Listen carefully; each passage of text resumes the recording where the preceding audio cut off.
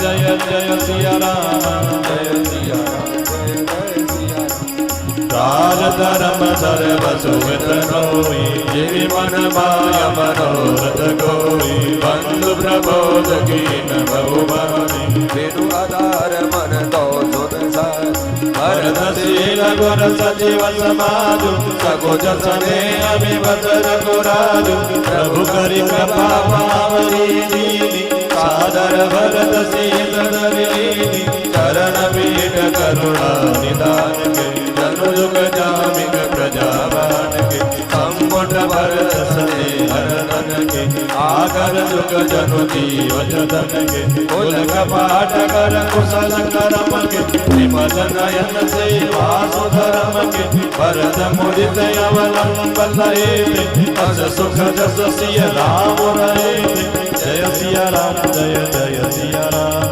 जय सिया राम जय जय सिया भाग्य विदा प्रणाम करी राम लिए उरला लोग उचाटे अमर पति कुटिल को अवसर पाय सियावर रामचंद्र पद जय शरणम जय सिया राम जय जय सिया राम जय सिया राम जय जय सिया राम शोक चालित मकई बयनी अवधि हाथ सम जीवनि जीवी अधरु लगन सिय राम वियोग हरि भरत सब लोक राम कृपाय वरे वसुधारि विभुधारि वै गुण रघुहारि बैठत भुज भरि भाय भरत सु राम प्रेम रसु कई न भरत सु तन मन वचन उमग अनुराग धीर धुरंधर धीरज त्याग भारि जलोचन मोचत बारी देखि दशा सुर सभा दुखारी मुनि गण गुर धुर धीर जनक से ध्यान अनल मन कसे कनक से देवी रंजनि रले भवपाल पदुम पद जिमि जग जल जाय जय सिया राम जय जय सिया राम जय सिया राम जय जय सिया राम देव बिलो रघुवर भरत प्रीति अनुभय पार भये मगन मन तन वचन सहित विराग जय सिया राम जय जय सिया राम जय सिया राम जय जय सिया राम जहाँ जनक गुर गतिमति भोरी भागवत प्रीति गहत बड़ी खोरी वरद रघुवर भरत वियोग सुनि कठोर कबीरानी लोग सोस गोचर सुभगत सुबानी समौ सजेउ सुमिरि सकुचानी बेटी भरत रघुवर समुदाय पुनि बुधवनु अरसैयलाय सेवक सजीव भरत रुख पाई निज निज काज लगे सब गाय सुनि दारुण दुख दूह समाज लगे चलन के साधन साधन प्रभु पद पद्म बांधि दो भाई चले शीश धरि राम रचाई मुनिता पसवन देवनि होरी सब सन्मान बहोरी बहोरी जय सिया राम जय जय सिया राम जय सिया राम जय जय सिया राम लखन ही बैरी प्रणाम करी सिर धरि सिय बद धोरी चले सबे मय शीस सुनि सकल सुमंगल मोरि सियावर रामचंद्र पद जय वर्णम जय सिया राम जय जय सिया राम जय सिया राम जय जय सिया राम सानुज रामन पै सिर नाय दीन बहुत विधि विनय बढ़ाय देव दया वस बड़ दुख पाय सहित समाज कान नहीं आय गुर प्रभु धारे सीतम कीन धीर धरि गगनु महीतम मुनि भई देव साधु सन्मान पिता किए हरिहर समझान साधु समीप गए दो भाई फिरे भज पकड़ा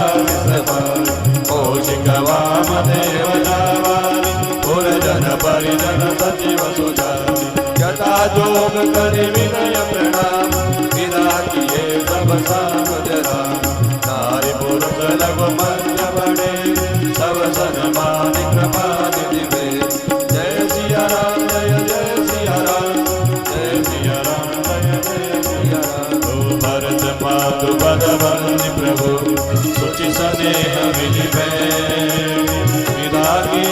पालकी सकुच सोच सब में सियावर रामचंद्र पद जय जय सिया राम जय जय सिया राम जय सिया राम जय जय सिया राम परिजन माग विदय मिली सीता प्रिय प्राण प्रिय प्रेम गुनीता करि प्रणाम बैठी सबता श्री जी कद कवि नौला सोनिक अभिमत आशिष पाय रघुशीय दुर्बीज समान रघुपति पटुपाल की मगाई करि प्रबोध सब मानु चढ़ाई बार बार हिल मिल दो भाई सम सजील जननी पहुँचाई साज बाज गजवान नाना भरत भूप दल कीन पया हृदय राम सिय लखन समेत चले जाय सब लोग अचेत सय बाज गज बसुइया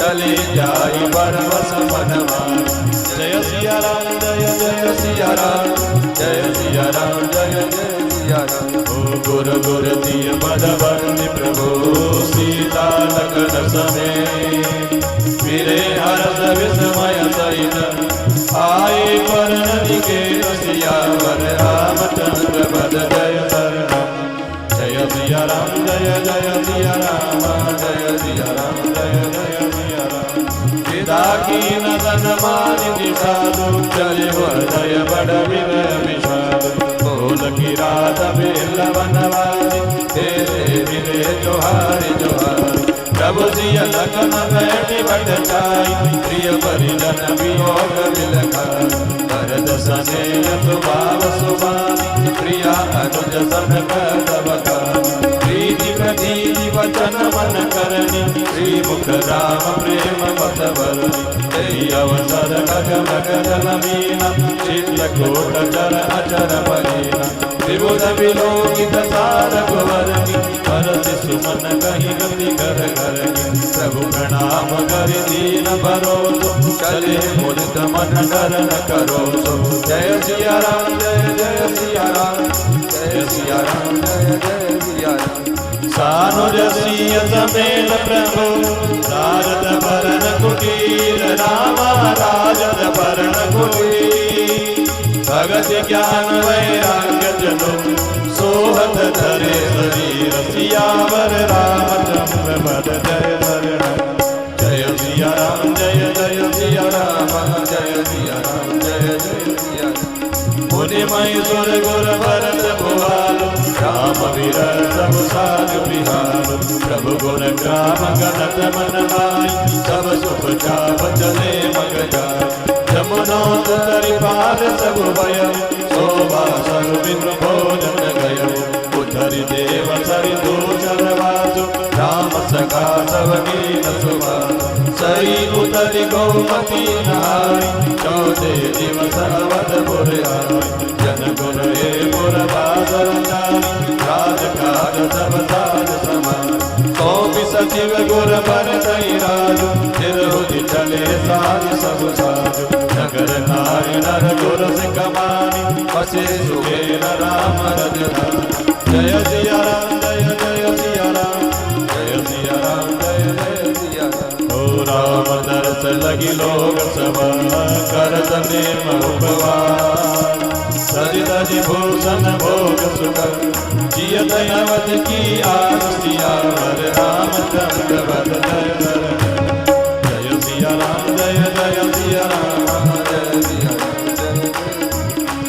सचिव सुसेवक भरत प्रबोधे निज निज काज पायो जिक बोले बोले सिख दीन बोली लघु भाई सौंपी सकल माधु सेवकाई भूसुर बोली भरत कर जोरे करि प्रणाम भय विनय निहोरे पूज नीच कारज बल बोझ आय सुदेवन कर बस खोज परिजन पुरजन प्रजा बुलाए समाधान करि शुभ सब साय सानुज के गुर गे अबहोरी करि दंडवत कहत कर जोरी आयस होयत रस नेम बोले मुनि दन पुलगित प्रेम समुझब करव करव तुम जोई धर्म सार लग होय सोई जय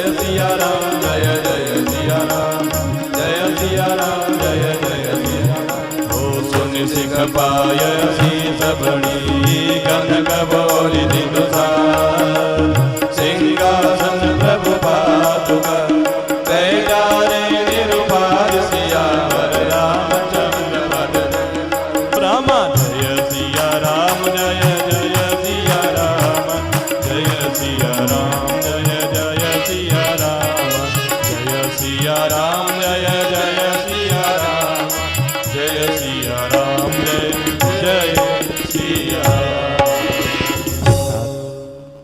तुम्हारी मेरी परिवार की, घर की और वन की सारी चिंता गुरु वशिष्ठ जी और महाराज जनक जी को है।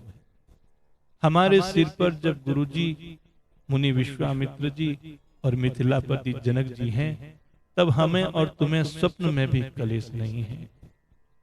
मेरा और तुम्हारा तो परम पुरुषार्थ, स्वार्थ, सुयश, धर्म और परमार्थ इसी में है कि हम दोनों भाई पिताजी की आज्ञा का पालन करें। राजा की भलाई उनके व्रत की रक्षा करने से ही लोक और वेद दोनों में भला है। गुरु, पितु, माता और स्वामी की शिक्षा का पालन करने से कुमार्ग पर भी चलने से पैर गड्ढे में नहीं पड़ता। ऐसा विचार कर सब सोच छोड़ करके अवध जाकर अवधि पर उसका पालन करो। देश, खजाना, कुटुंब, परिवार आदि सबकी जिम्मेदारी तो गुरुजी की चरण रज पर है।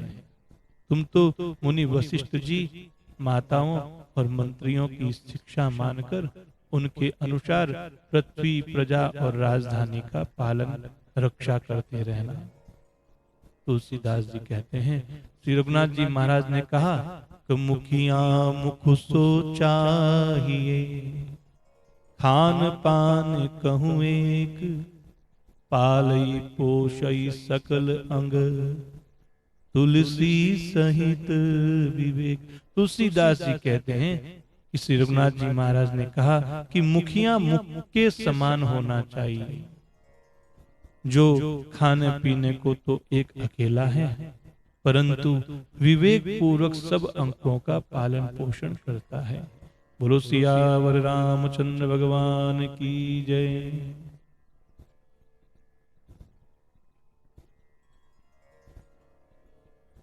भावार्थ, दोहा संख्या 315।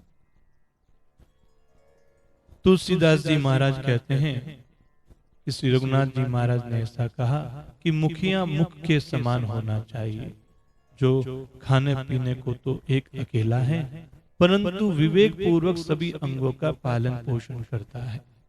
राजधर्म का सर्वस्व सार भी इतना ही है जैसे मन के भीतर मनोरथ छिपा रहता है। श्री रघुनाथ जी ने भाई भरत को बहुत प्रकार से समझाया, परंतु कोई अवलंबन पाए बिना उनके मन में न संतोष हुआ न शांति।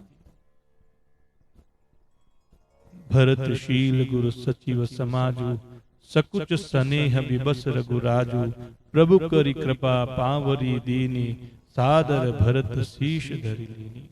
इधर तो भरत जी का शील प्रेम और उधर गुरुजनों, मंत्रियों तथा समाज की उपस्थिति, यह देखकर श्री रघुनाथ जी संकोच तथा स्नेह के विशेष वशीभूत हो गए। अर्थात भरत जी के प्रेम बस उन्हें पावरी देना चाहते हैं, किंतु साथ ही गुरु आदि का संकोच भी होता है। आखिर भरत जी के प्रेम बस प्रभु श्री रामचंद्र जी ने कृपा करके खड़ाऊ दे ही दी और भरत जी ने उन्हें आदर पूर्वक सिर पर धारण कर लिया। चरण पीठ करुणा निदान के, जनु जुग जामिक प्रजा प्राण के, संपुट भरत स्नेह रतन के,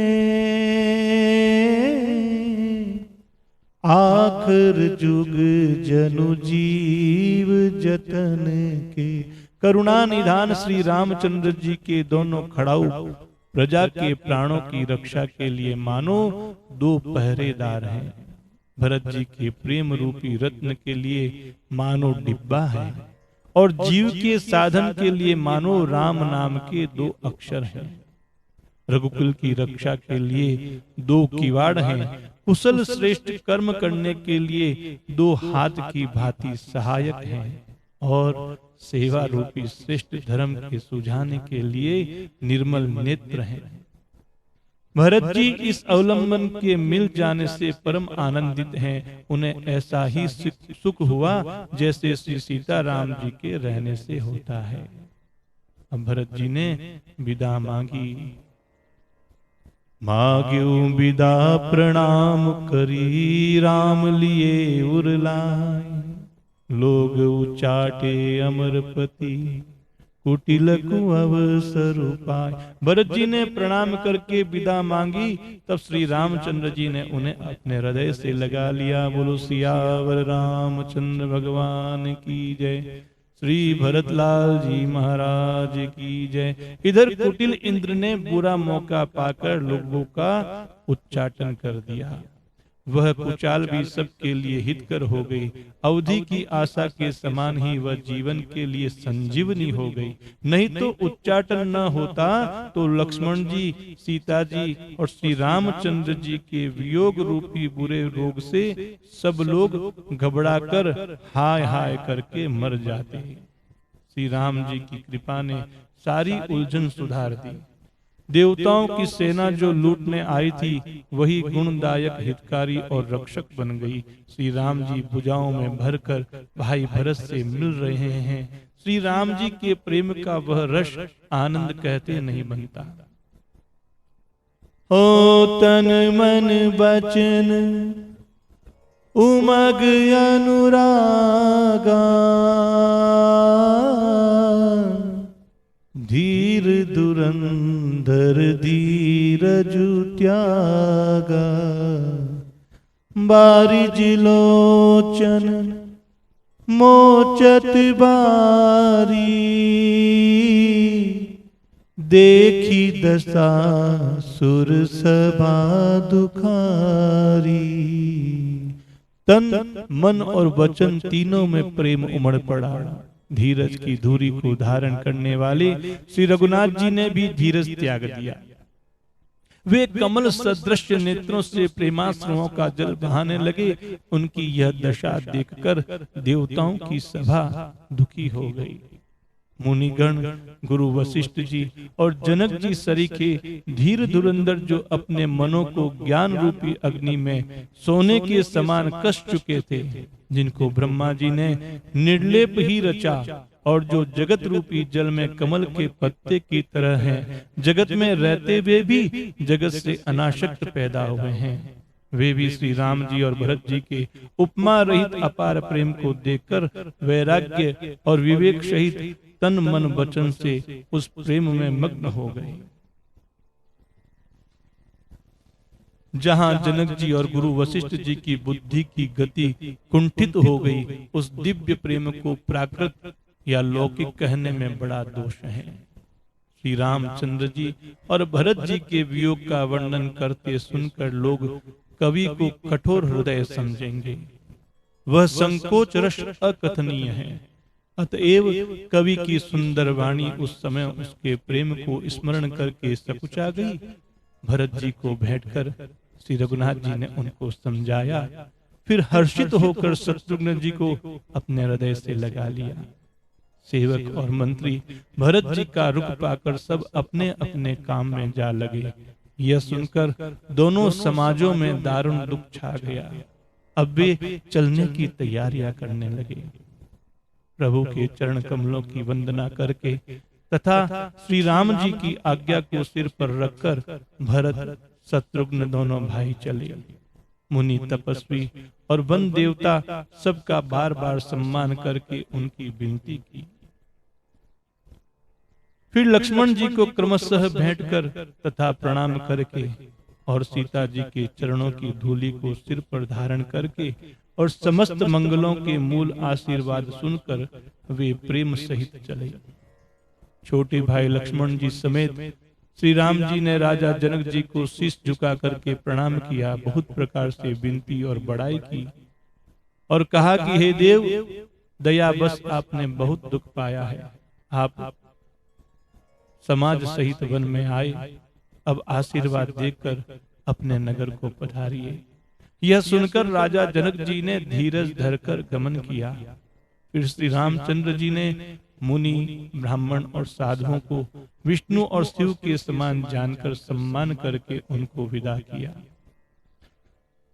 तब श्री राम लक्ष्मण दोनों भाई सास सुनैना जी के पास गए, उनके चरणों की वंदना करके आशीर्वाद प्राप्त किया और लौट आए। फिर विश्वामित्र, वामदेव, जाबाली और शुभ आचरण वाले कुटुंबी, नगर निवासी और मंत्री सबको छोटे भाई लक्ष्मण जी सहित श्री रामचंद्र जी ने यथा योग्य प्रणाम करके विदा किया। कृपा निधान श्री रामचंद्र जी ने छोटे, मध्यम और बड़े सभी श्रेणी के स्त्री पुरुषों का सम्मान करके उनको लौटाया। भरत की माता कैकेयी के चरणों की वंदना करके प्रभु श्री रामचंद्र जी ने पवित्र निश्चल प्रेम के साथ उनसे मिल भेंट कर तथा उनके सारे संकोच और सोच को मिटाकर पालकी सजाकर उनको विदा किया। प्राण प्रिय पति श्री रामचंद्र जी के साथ पवित्र प्रेम करने वाली सीता जी नेहर के कुटुंबियों से तथा माता पिता से मिलकर लौट आई। फिर प्रणाम करके सब सासुओं से गले लगकर मिली। उनके प्रेम का वर्णन करने के लिए कवि के हृदय में उत्साह नहीं होता। उनकी शिक्षा सुनकर तथा मन चाहा आशीर्वाद पाकर सीता जी सासुओं तथा माता पिता दोनों ओर की प्रीति में समाई हुई बहुत देर तक निमग्न रही। तब श्री रघुनाथ जी ने सुंदर पालकियां मंगवाई और सब माताओं को आश्वासन देकर उन पर चढ़ाया। दोनों भाइयों ने माताओं से समान प्रेम से बार बार मिलजुल कर उनको पहुंचाया। भरत जी और राजा जनक जी के दलों ने घोड़े, हाथी और अनेकों तरह की सवारियां सजाकर वहां से प्रस्थान किया। सीता जी एवं लक्ष्मण जी सहित श्री रामचंद्र जी को हृदय में रखकर सभी लोग बेसुध हुए चले जा रहे हैं। गुरु वशिष्ठ जी तथा गुरु पत्नी अरुंधति जी के चरणों की वंदना करके सीता जी और लक्ष्मण जी सहित प्रभु श्री रामचंद्र जी हर्ष और विषाद के साथ लौटकर पर्णकुटी पर आए। फिर सम्मान करके निषाद राज को विदा किया। वह चला तो सही, किंतु उसके हृदय में विरह का बड़ा भारी विषाद था। फिर श्री राम जी ने कोल, किरात, भील आदि वनवासी लोगों को लौटाया। वे सब जोहार जोहार कर वंदना कर करके लौटे। प्रभु श्री रामचंद्र जी, सीता जी, लक्ष्मण जी बड़ की छाया में बैठकर प्रियजन और परिवार के वियोग से दुखी हो रहे हैं। भरत जी के स्नेह स्वभाव और सुंदर वाणी को बखान बखान करके वे प्रिय पत्नी सीता जी और छोटे भाई लक्ष्मण जी से कहने लगे, प्रीति प्रतीति बचन मन करनी, श्री मुख राम प्रेम बस बरनी। तेहि अवसर खग मृग जल मीना, चित्रकूट चर अचर मलीना। श्री रामचंद्र जी ने प्रेम के बस होकर भरत जी के वचन, मन कर्म की प्रीति तथा विश्वास का अपने श्री मुख से वर्णन किया।